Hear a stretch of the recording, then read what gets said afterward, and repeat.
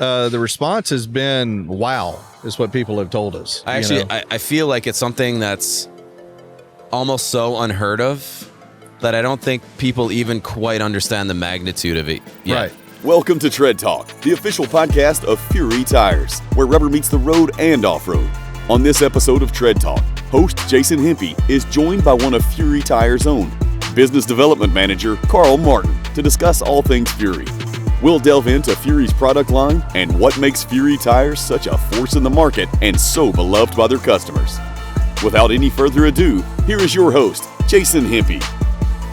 Welcome to this episode of Tread Talk. I'm here with the one and only Carl Martin, Business Development Manager of Fury Tires. How are you? Doing good today. How about you? Very good. It's been a pleasure spending time with you at the Airbnb. I agree. Shooting the, chewing the fat. Right. Talking a little bit other than tires, so that works out all right. Yeah, it's nice to get a little break sometimes, It's right. a little, especially being at where we're at Sema right now and talking shop for 8-9 hours a day. It's at the end of the day, it's nice to break it up a little. Correct. Absolutely. It's been nice. So business development, how long have you been with Fury now? With Fury, I've only been here since February. Okay. So it's coming up to a year, shortly. Almost coming up on it, right? Been in the industry a lot longer, been in the industry 30 plus years. Right. And you started way back when, what was your first, I believe you mostly work with tires or in the tire industry. Right. I mean, if you go to the very beginning, when I was a junior in high school, I busted tires at Discount Tire. Right. So that was kind of where it got in my blood, I guess. Well, you kind of did the metaphorical janitor to Right. working your way up the Right. ladder. Right. That's sort of the lower rungs of the ladder on that. Right. Yeah. But enjoyed it, and I've kind of learned it from bottom to top, I guess you'd say, Right. or bottom to mid. But at Fury, it's been a lot of fun with getting to know a lot of different distributors and getting to know the team and Right. finding out where Fury fits in the market and where it doesn't. So it's been great. So primarily as a BDM or business development manager, what in relation to Fury, what does that look like for you? What do you typically work on, or who do you work with? Well, typically, I mean, I'm looking at other distributors that I've known in the past, or just through networking, you get to find out who folks are. But the task that I have with Fury is we're trying to find the right partner to distribute our tires, because it's such a niche market.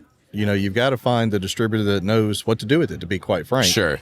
And it's not a tire that every single distributor can actually be sell. Successful. Yeah, with. for sure. That's true. And Yeah. so finding that fit is a challenge, but it's something that's a lot of fun, and you get to meet a lot of different people and find out what works in what market and what works in other markets. Some guys are wanting the entire line, some guys are interested in just a part of it. So working with Fury has been another rung in my career that I'm thoroughly enjoying. That's great. Has Sema been fruitful for that? Have you kind of, has it worked out for any contacts or anyone you've met that you think might pan out? It really has. This has been a great show. I mean, it's been super busy. My feet are killing me, so I know it's been Yes. I know it's been super busy. Yeah. But I planned in advance, actually, on that note from the last time I came. I'm actually wearing two sets of insoles in my extra. Once you start hitting that like 25,000 steps in a day kind of thing around here, you Right. really, Right. it starts adding up. And then by day 4, it's Right. starts getting a little tough. Yeah. Well, it's been fun. I've got to see some folks I hadn't seen in a while, but I've got to meet a lot of new people that have come to the booth. From Canada to South America. I mean, everywhere. Oh yeah. Yeah. So a lot of opportunity to have. It's definitely been a good time. Is it the first time you've been to Sema? It's the first time I've spent this much time at Sema. Okay. I've been to Sema before, but it was always kind of a in-out kind of quick deal. Okay, like you were meeting someone specific, sort of. Okay. Right. So this is the first time you really like spent time. This is the first time I've actually kind of worked the show. Yeah. And thoroughly enjoy it. Yeah. Did you get a chance to like walk around much to see, or? I'm hoping to do that when we get done. Yeah. It's pretty it's pretty easy to get distracted when you're trying to get back to the booth. You walk by a truck or a car and it's, Right. Right. Or somebody pulls you aside. Yeah. Or, you know. It's for me, it's just, you'll see someone with a paint job or something on the car that you've just never seen before. And it's Right. just, it's very hard to pass up and not take a second. Yep. It's just always so many people, but it's really an amazing place to be. So, so far, with Fury, what are some of the larger projects that you've worked on or worked with? Probably the most recent has been our total tire protection that we put together. So you were part of the sort of piloting that? Okay. Yeah, that was something Jamie asked me to, I don't want to say spearhead, but asked me to contact them and that Sure. kind of thing. And I just kind of became the point of contact, it seemed like. And Brad and I got to know each other pretty well. And we really took our due diligence going through that to figure it out. But it really worked out to be a great program that no one else has got. Yeah. And again, it's Fury putting their money where their mouth is, and stepping up to the pumps, going, look, here's what we will do for our customers. So that's a big game changer. That that's going to be very interesting. right. 'Cause I don't think that's really been released to the public yet at this time. Are they aware? Yeah, we launched it October 1st. Okay. And it is in some publications. It's been out on social media, that kind of thing. What's the response been so far? The response has been, wow, is what people have told us. I feel like it's something that's almost so unheard of that I don't think people even quite understand the magnitude of it yet. Right. Well, and they read it, and everybody has some sort of road hazard, right? So they're like, what's the big deal? I go, no. It's also off-road hazard. That's right. And then they ask, what does this cost? Nothing. It's part of our program. It's part of the tire price.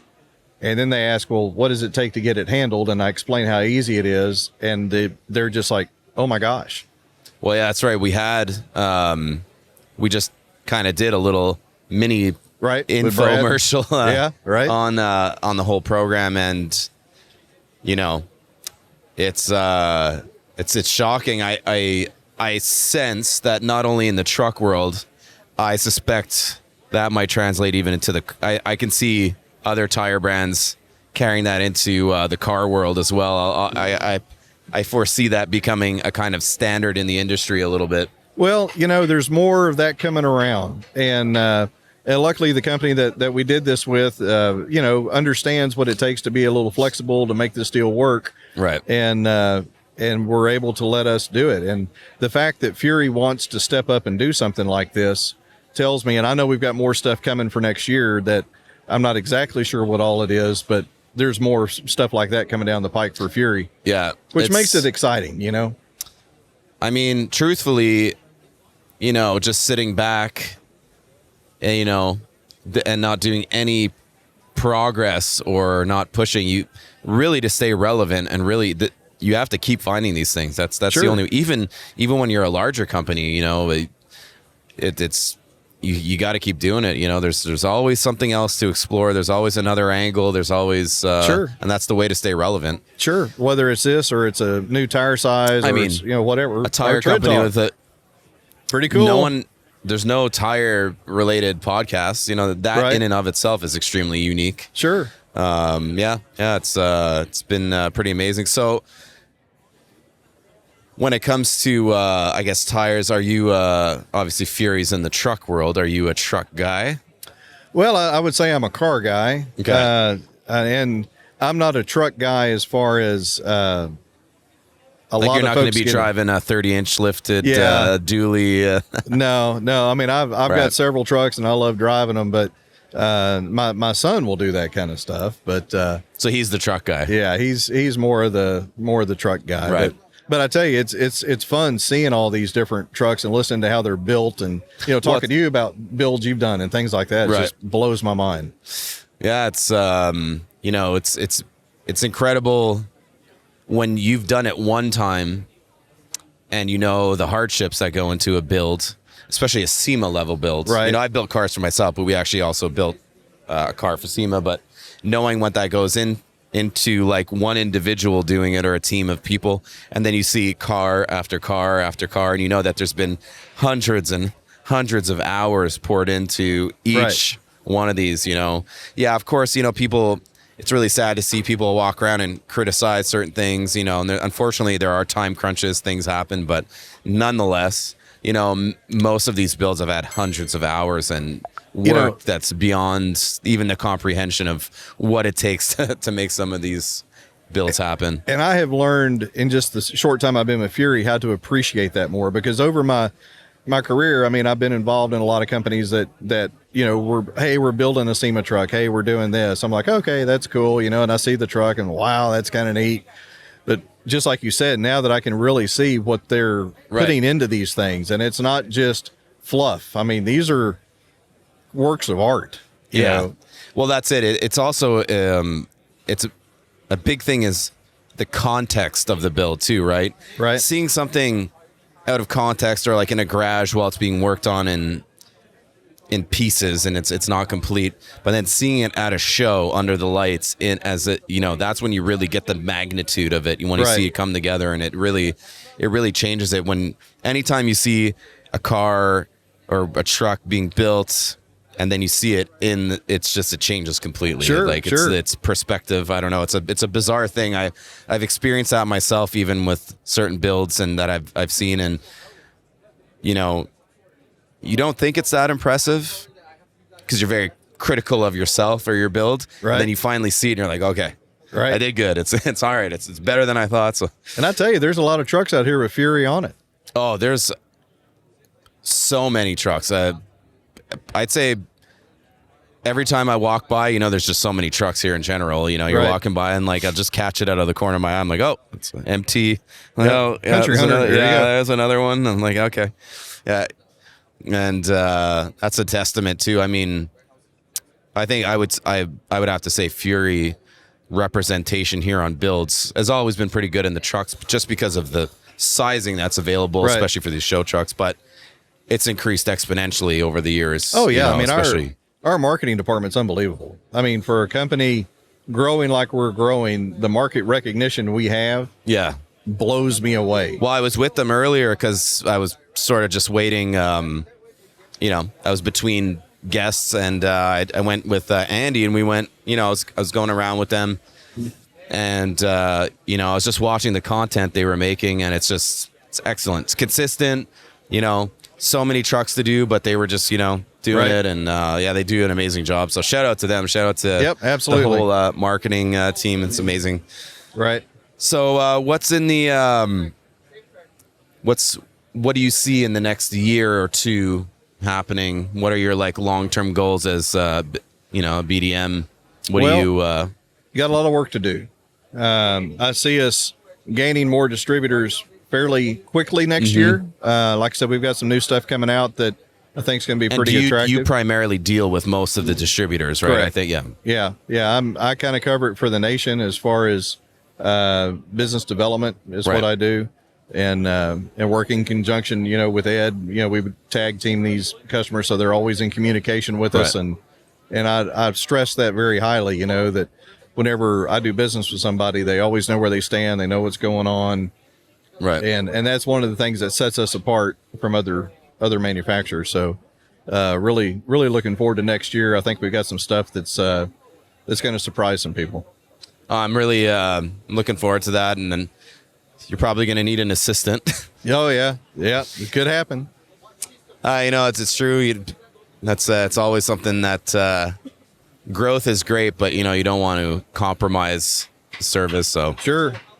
But it's really it's fun to be part of it, and kind of fun to see. Not in the earliest. It's very not much in the early stages, but I think now with the warranty and the total tire protection, everything that's kind of been locked in, this is like another. I feel. Well, everything's kind of coming together. We've been doing a couple of different things, and now things are starting to gel. Yeah, and that's what I get at with the next year. I think some more ideas are going to come out. Some people that maybe weren't looking at us before now are starting to understand how they can make money with Fury. Because I mean, that's what it's all about. It's got to be profitable for the distributor and for the dealer, and it is. You just got to learn how to do it. So that's what I've got at task. Well, the best thing, as someone that comes from the retail side, selling this type of product is a great pleasure, just because, especially now with the warranty, it makes it's an easier sell. You know, you're guaranteeing, you know, because obviously not everyone has, or even if you have the budget, you know, replacing $1,000 tires or whatever, that, you know, it's stressful. Right. And, you know, it's not always something that can be done, but it's, you know, that's an amazing thing. And I think it's very cool that you were part of that project. So I feel honored to be a part of it, and looking forward to it. I think it's going to be a very steady growth. I don't think it's going to be, you know, just a rocket ship by any means. There's things, and honestly, you don't want a rocket ship. You know, you want to learn what these folks need and get to know them and build the brand and build it with them. So that's what we're looking to do. So you're not really a truck guy in terms of, like, that's not a project car you would build. Like, you wouldn't be building. You're a car guy. Right. So what would you build? What would be the car that you'd want in the garage? What would, you know, every day you open the garage and what's there? So that we may not have time to cover all this. So I have a 66 GTO that was given to me on my 20th birthday many, many years ago. And I actually grew up across the street from this car, okay? That car will be finished and be done, back to stock, all that kind of stuff. So that's my dream car to get finished. Oh, so you actually have that? Oh, yeah. Oh, it's just a work in progress. Yeah, it's sitting in a shop in Houston, and, you know, slow work. But when it's done, it'll be all original, numbers matching. I mean, the car only has 60,000 miles on it. What was the what engine was in that? 389. Oh, okay, perfect. That's a great. And it's all matching, like it's original. All original. I mean, there's pictures of me doing chin-ups on the jack stand, you know, of this thing. So those are what color? What's the original color? Yeah, it's that. I believe they called it sea mist green. It's kind of a lighter turquoise-ish kind of green. Wow. But are you going with the same, like, almost old wheels? I'm gonna upgrade the wheels a bit. Nothing crazy. I'll probably put disc brakes on it for drivability. Probably put a 4-speed automatic in it for drivability. But I'm going to leave it's still got the factory Carter carburetor on it. But you'll have, it was manual transmission originally? No, it was a 2-speed power glide. Okay. So I'll put a 4-speed automatic in it, you know, just for drivability. But so we want to get that car done. Probably the next couple of years, I'll probably get it finished up. Where's it at now? What's the current, like? It's in pieces. Oh, really? Just full? Okay. Yeah, it's not. It's nowhere near ready. All the parts are there, but it's nowhere near ready. You need to get it in Sema. So what happens with Sema? It seems like when you have a build to do, it gets done in 48 hours. Yeah, right. Magically. Right. Yeah. This one to get done, and it's like I said, I've known that car since I was a year old. You know, and lived across the street from it for a long time. Moved away, and the folks gave it to me anyway. That's amazing. But my next dream build, I want the same. It's a 66 Goat, so I want to find a 66 Tempest Wagon. I think I might have told you this earlier, but a 66 Tempest Wagon, and, you know, put an LS in it and have some fun with it. Like a build. Yeah. And I don't care if it's all original. It'll look original on the outside. Resto mod. Full resto mod. Yeah, that's cool. So, you know, station wagon. Yeah, I think that'd be cool. It is cool. I think that'd be, and the same, you know, paint them the same color and all that kind of stuff. That would be pretty nice to see the side by side of those two. So yeah, well, hopefully that happens. At least you have the GTO. That's a good start. Yeah, you got to finish it though, at least so you have one. Right. Yeah, it always seems to be the challenge. The first one. Yeah, it almost got done once, and the guy that did it didn't come out too well, and ended up going back in the body shop. Anyway, it's a long story, but. So let's talk about Texas. Sure. So I'm a Montrealer up from the Canada where it's snowing at the moment. Right. So tell me about growing up and just like what Texas. Just fill me in on Texas, man. Wow. I'm assuming hunter. Yeah, that's my oldest boy. Yeah. Actually, that's my oldest boy, but I am a hunter. Yeah. And then I have another son and a daughter, but no, Texas is great. I lived in Houston for most of my life, for about 50 years. Okay. and then moved to the San Antonio, New Braunfels area about 5 years ago. Right. And just absolutely love the hill country. So Texas is great. There's so many different parts of Texas you can go to, and you can be in the desert, you can be in the mountains, you can be at the beach, you can be in the hill country, you can be in the piney woods. What would be the best way? Let's say for someone like myself, I'm going for the first time to Texas. I've never actually been to Texas. I've been quite a bit, many states, but Sure. Texas I haven't. So I'm going to Texas. What would you recommend, like, good way to sort of, if you had a week, let's say. Okay, if you had a week. Rent a car, I assume. Yeah, you got to drive it. Yeah, you that's what I was going to say. it. That I feel like that's a state you got to drive for Right, sure. Right. Actually, I would probably, even though I grew up in Houston, you got to go to Houston just to see Houston, and there's a lot of history there and that kind of stuff. Right. But you need to go to San Antonio and spend some time, maybe a day or so there, and then go San through. Antonio more southern, I believe. I mean, it's almost central, but it's south central. Right. But when you leave San Antonio, you can drive, a couple hours, and you could be driving through the hill country and seeing wineries and all this kind of stuff. And then you can go a different direction, and you can go down, you can see the coast and spend the day in Corpus and do that kind of deal. What are the beaches that I've actually, it's a strange thing to say, but for the longest time, it never really dawned on me that the ocean and beaches exist in Texas. Yeah, right. It's funny, but I had a friend that went there many years ago. His brother was a photographer for National Geographic, and he went down with them, and we were talking about it. And I think they went down there, and they were, they went to the desert. They did like a little bit of a tour, and he mentioned the beach, and I said yeah, there is the beach. What are the beaches like in Texas? Are they? You have the Florida beaches, which are a very specific kind of. Oh yeah, Florida beaches are pristine. I mean, they're nice, but you got to remember is that we're west of the Mississippi. Right. Okay, so anything west of the Mississippi is going to get a lot of dirty, muddy kind of water. Okay. Right along the coastline. So Galveston is the upper Texas coast. It can have some pretty nice days, but mostly it's a brownish, kind of beach. Oh, really? Yeah. Okay. But the further south you go in Texas, you get to Corpus, it clears up a bit. You get down to South Padre, close to the border, and it's almost like Florida. I mean, it's blue water, white sands, super nice. So again, and is there like any I don't want to say resorts, but is it like a beach town? Like, is that where do people from Texas go down there to go to the beach? Is that like I would say South Padre is the destination spot. Right. And there's a lot of stuff up there. Depends what you're doing. If you're going fishing, you may go to Matagorda or Port Lavaca or something like that. Galveston's a great town. A lot of history, ton of fun. The beaches are okay, but it's brown sand and brown water. Right. But typically when you fly in from most places, it's obviously to Dallas. I believe most flights land. Houston. Yeah, I guess it could be either or.